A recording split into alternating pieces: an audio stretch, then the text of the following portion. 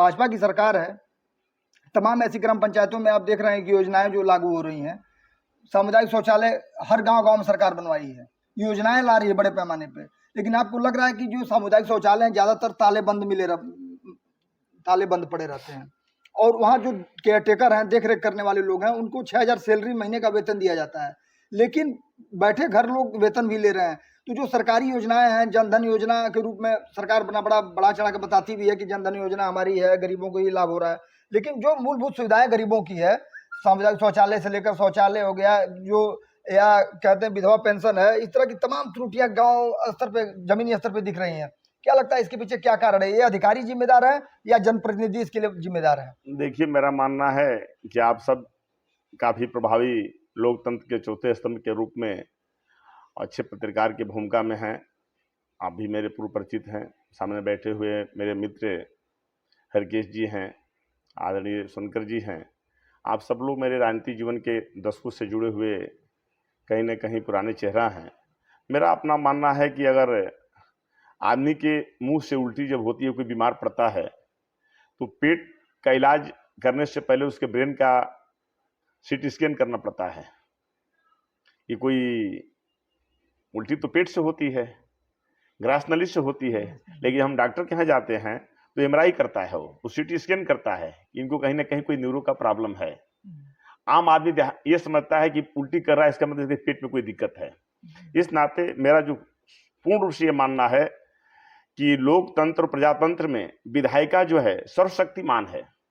जनता का चुना हुआ जनप्रतिनिधि, चाहे वो एमएलए के रूप में असेंबली का मेंबर है, चाहे वो एमपी के रूप में मेंबर ऑफ पार्लियामेंट का मेंबर है, वह अपने अपने क्षेत्र के विकास की सारी योजनाओं को क्रियान्वयन कराना, सारे अधीनस्थ अधिकारियों के साथ जो लोकतंत्र की इकाइयां हैं, चाहे वो हमारे राष्ट्रपिता महात्मा गांधी जी की अभी जयंती हम लोग मनाए हैं, गांधी जी के सपनों के अनुसार जो पंचायती राज व्यवस्था के अनुसार गांव को गणराज्य के रूप में स्थापित किया गया, चाहे वो प्रधान हैं, चाहे जिला पंचायत सदस्य हैं, चाहे हमारे ब्लॉक प्रमुख हैं, उनके साथ बैठक करके एक एक योजनाओं को आम जनता के बीच में ले जाना, निष्क्रिय और निकम्मे अधिकारियों पर नकेल कसना, भ्रष्टाचारी और भ्रष्टाचार में संलिप्त रहने वाले कर्मचारियों पर कार्रवाई कराना, और सरकार की योजनाओं को पारदर्शी तरीके से समाज के अंतिम लोगों के दरवाजे पर चौपाल लगा करके स्वयं जा करके स्वयं उपस्थित होकर के एक एक योजनाओं को पात्र व्यक्ति के पास पहुंचाने की पूरी जिम्मेदारी क्षेत्र के विधायक के ऊपर होती है। इस नाते हमारे विधानसभा मधुबन का यह एक तरह से दुर्भाग्य है कि जन भावनाओं को राजनीतिक दल रौंद दे रहे हैं। जनता नहीं चाहती है कि निकम्मे लोग चुनाव जीते, जनता नहीं चाहती है कि अकर्मण्य लोग चुनाव जीते, जनता नहीं चाहती है कि हमारे बीच में न रहने वाला हमारा जनप्रतिनिधि हो जाए। लेकिन राजनीतिक दल एन वक्त पर, चुनाव से 15 दिन पहले, जब जनता का दिमाग दलों की तरफ आकर्षित हो जाता है, तो प्रकरण दल बदल करके वंशवाद के आधार पर यहां टिकट दे दे रहे हैं। इसी का परिणाम है कि मधुबन विधानसभा सभी क्षेत्रों में झंझलाटों में फंसा हुआ है।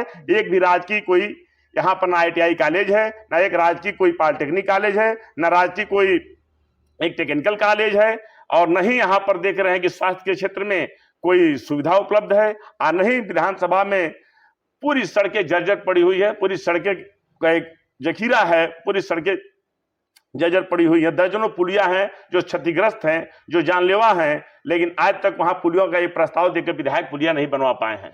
बस समझिए। तो मेरा यह मानना है कि पूर्ण रूप से जो आपका विषय है कि शौचालयों पर जो है कि शौचालय सहायक नामित होने के बाद उसका संचालन नहीं हो पा रहा है, यह चिंताजनक है, और इसकी पूरी जिम्मेदारी क्षेत्रीय निवासी जनप्रतिनिधि की आक्रमणता है। अगर भरत भैया लगातार लोकप्रिय रहे हैं जनता के बीच में, और लगातार जो है युवा राजनेता के रूप में उभर रहे हैं, और पार्टी की उपेक्षा से लेकर तमाम चीज़ें, इतने ही कम उम्र में आपने सब कुछ देख लिया। अभी आपका लंबा राजनीतिक जीवन है, बहुत करियर लंबा है आपका। राजा भैया, भरत भैया, अगर विधानसभा से कभी जनता ने उनको कभी मौका अवसर मिला आने वाले समय में, अगर विधानसभा पहुंचते हैं, तो क्या लगता है कि मधुबन विधानसभा क्षेत्र की, देवरांचल को भी मैं उसमें क्षेत्र को इंक्लूड करते हुए बात कर रहा हूं, प्रश्न है मेरा, कि क्या लगता है कि अभी भी वो चीज़ें जो है मधुबन विधानसभा में जो प्रमुखता से 2 चीज़ें ऐसी हैं जिन्हें सर्वप्रथम हम अपने विधानसभा में ये 2 चीज़ों पे काम करेंगे? देखिए, निश्चित रूप से मैं 2022 के चुनाव में बागी होकर बीजेपी से चुनाव लड़ा था। वंशवाद, के खिलाफ। मेरा मानना है कि राजनीति में वंशवाद, देश के प्रजातंत्र और देश के लोकतांत्रिक मूल्यों में यह एक कोड़ के समान है। किसी नेता का बेटा इस नाते नेता नहीं होना चाहिए क्योंकि किसी का बेटा है।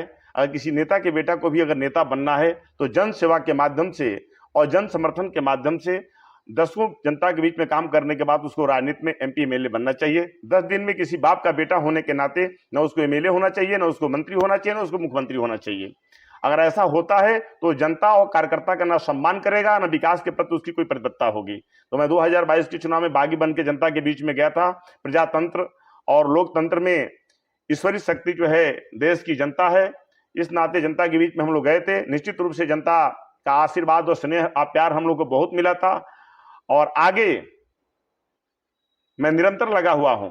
मैं आज अभी किसी दल में नहीं हूं, लेकिन आगे मैं निरंतर लगा हुआ हूं जन सेवा के क्षेत्र में। गांव गांव में जन संवाद स्थापित करना, जनता की समस्याओं का समाधान करना, जनता के सुख दुख, जनता के संकट में 12 बजे रात को भी उपस्थित रहना।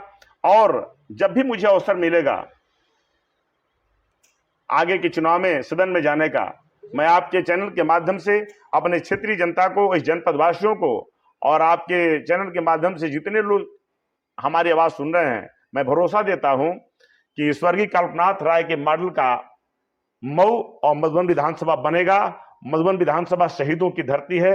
इसका इतिहास गौरवशाली है। 1857 की क्रांति से लेकर 1942 की क्रांति में अग्रदूत की भूमिका में विधानसभा मधुबन रही है।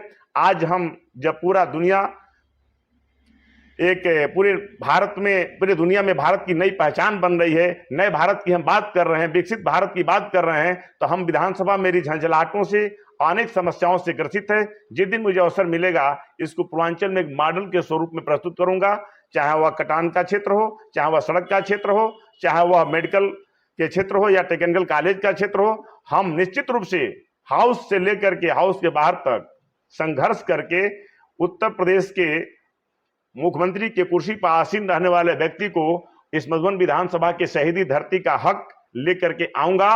और केवल उड़न खटोला चुनाव में ही नहीं आएगा।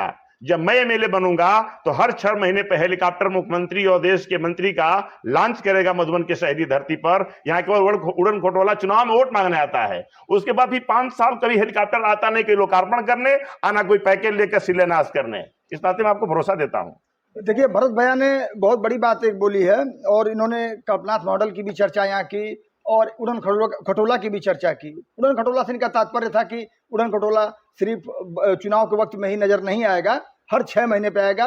मुख्यमंत्री को, चाहे कोई भी बड़ा राजनेता हो, अगर ये विधायक बनते हैं तो इस विधानसभा क्षेत्र में उनको उतारा जाएगा। कहीं ना कहीं विकास मॉडल पे, कल्पनाथ मॉडल पे इन्होंने मोहर लगाई। लेकिन अगर मैं आपसे एक सवाल और ना करूँ तो बेमानी हो जाएगा, क्योंकि आने वाले समय में 2024 का लोकसभा चुनाव है और इस समय इंडिया गठबंधन भी अपनी ताल ठोक रहा है। तमाम पार्टियों ने मिलकर एक इंडिया गठबंधन बना लिया है। एक तरफ एनडीए है, लगातार जो है तीसरी बार आने का दम भर रही है बीजेपी। क्या आपको लगता है कि इंडिया गठबंधन और एनडीए की लड़ाई को आप इस बार कैसे देखते हैं, या ढाक के वही 3 पात होंगे इस बार भी? अभी राजनीतिक दल का काम होता है चुनाव लड़ना और हर दल अपनी अपनी तैयारी में लगे हुए हैं। लेकिन अभी कोई बहुत हम सब जैसे सामान्य कार्यकर्ताओं को कोई सार्थक पहल दिखाई नहीं पड़ रहा है।